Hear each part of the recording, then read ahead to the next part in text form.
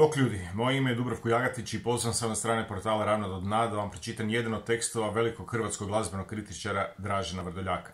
Danas čitamo jedan njegov tekst objavljen u Poletu iz godine 1978. godine pod nazivom Dupli Don John za dečke. Kada sam se u prošlom broju Poleta, odgovarajući na jedan Jukeboxov napis, založio za dosljedno i odlučno kritičko vrednovanje domašaja naše estrade, jer smatram da obaranje standarda, pretjerane familijarnosti i izbjegavanje polemičnosti pridonose sveopćoj raspuštenosti u kojoj mediokriteti osobito dobro uspijevaju, nisam mogao pretpostaviti da će mi se tako brzo pružiti prilika za dokazivanje ovoga stava na konkretnom primjeru. Naime, u svojoj tjednoj rubrici Uznemiravamo na stranicama Mladosti Zoran Sekulić u broju 1111. 29.9.1978. razmatra problem prisutnosti revolucije u jugoslavenskoj popularnoj glazbi, isprovociran nedavnim reakcijama na jednu od prošlih epizoda u profesionalnoj karijeri Borisa Bizetića, pa piše: sasvim su sigurni i u jedno, projekat Lepo stoje partizanska bluza, ma koliko bio uspješan ili neuspješan, ne dira, ne vrijeđa, nije protiv jedne od tekovina naše revolucije i to je dovoljan razlog da se na njega ne ide džonom. Ovo govorimo ponajprije zbog toga, nastavio Sekulić, što smo uvereni da se ovaj džon i uopšte ovakvi džonovi može vratiti kao nekakav bumerang. Najprije zamram stvaraocima da nisu u vremenu sadašnjem, da su još po Turcima, da nam nedostaje pogotovo muzičke temeljice revolucije obrađene na savremen način, a kad se pojave takvi pokušaj, sahranjujemo ih na samom startu. Kad rezultat dobijemo, niko se ne osuđuje da teme iz revolucije muzički obrađuje primjereno duhu ovog vremena. Kažu, pusti bre, vidiš kako je prošao Bizetić, što će nam drvlje i kamenje. Zalažući se dakle za popustljiv stav kritike prema svakom pa i estetski sumnjivom naporu uglazbljivanja revolucije, pod jedinim uvjetom da taj napor nije u suprotnosti s njenim tekovinama, Sekulić čini grubu grešku već i pri prvom uočavanju eventualno pogubnog efekta negativne kritike na, pretpostavljam, mlade stvaraoce.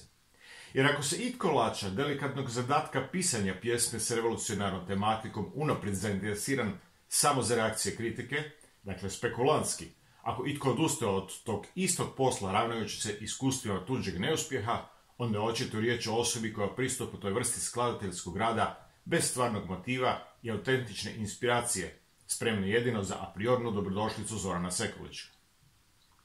Da bi se shvatilo problematičnost takve rabote, ne treba biti nikakav glazbeni stručnjak, pa skromno priznanje Zorana Sekulića da muziku bilo koje vrste ne razumijemo baš nimalo, nipošto ne možemo uvažiti kao valjanu ogradu.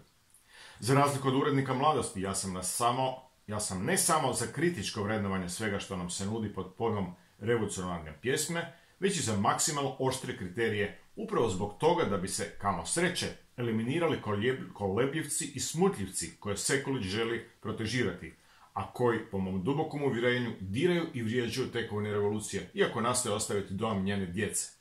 Koliko je meni poznato, u revoluciji se nije odstupalo sa strahom od nekakvog drvlja i kamanja, pa po kojoj bismo onda logici morali tolerirati ziheraše koje svoje revolucionarne pjesme žele prostrijeti isključivo na sak kritičarskih pohvala.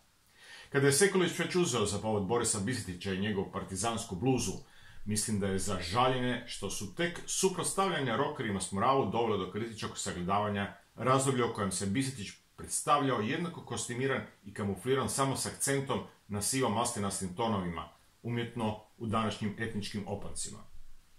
Hoću reći da se polemički ton u temama kao što su zabavna glazba i revolucija u nas nastoji izbjeći koliko je to moguće, to jest kompromisi se redovito pretpostavljaju kritičkim zahvatima, pa većina stvaralaca, potrošača i prenosnika živi u iluziji da šutnjom i kenjkanjem podržava pravu stvar.